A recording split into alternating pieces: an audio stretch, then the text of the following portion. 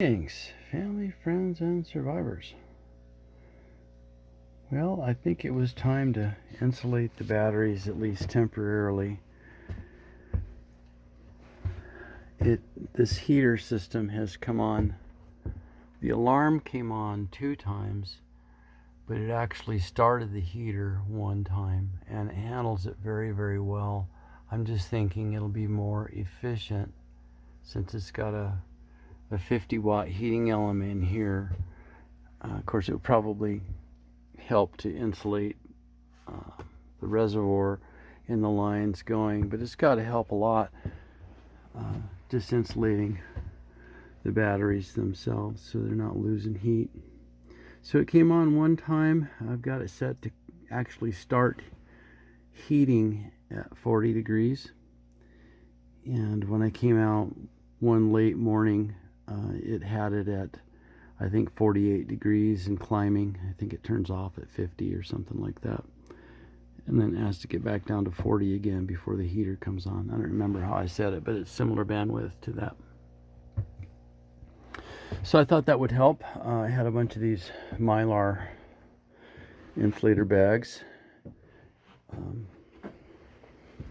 whole bunch of these are pouches. They were being thrown away, so I grabbed them, and this got pretty good insulation quality for free. And no, they are not conductive. You know, what are you wrapping a foil thing around your battery? Well, they're not conductive. In fact, I tested with the Fluke 117, and I poked a hole through the foil, and there's no conductive material in it at all.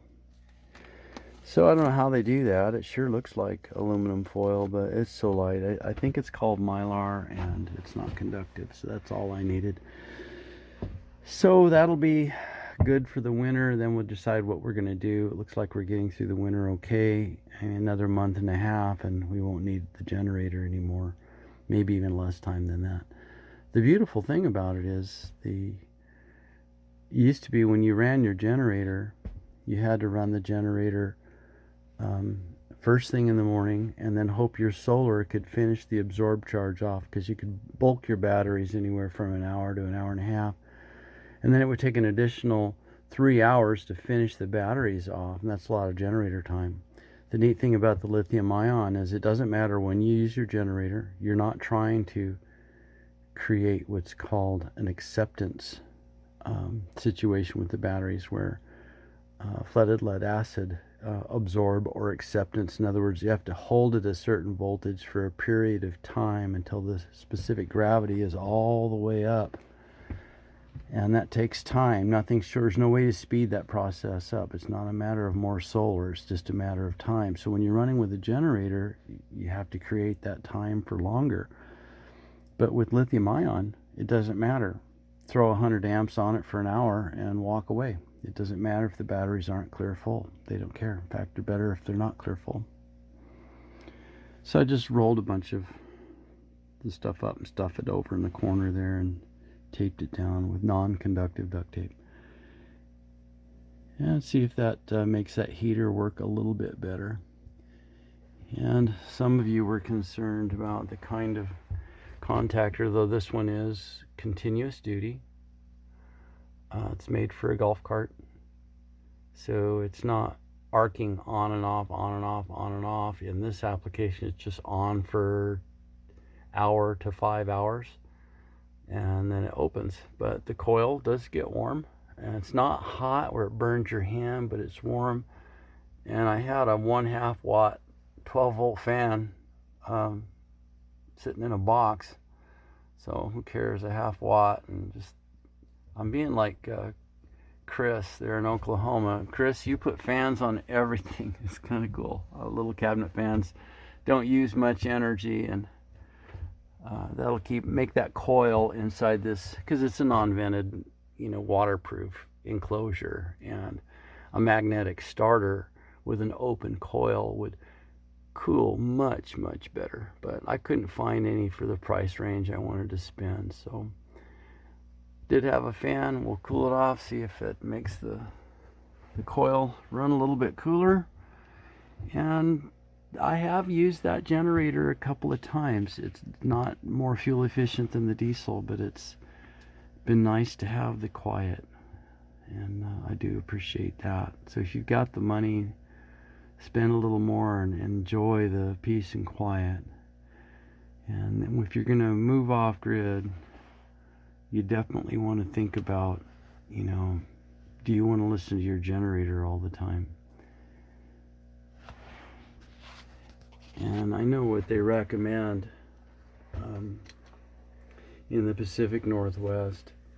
It's very difficult to really get a handle on how much solar you need in our area, because the weather changes so tremendously from area to area. So, you know, a mile from here could have a whole lot more sun than I do. It's different. It's in the mountains. It's the Pacific Coast Mountains. So, yeah, what they do, they recommend is you put your battery bank in and your inverter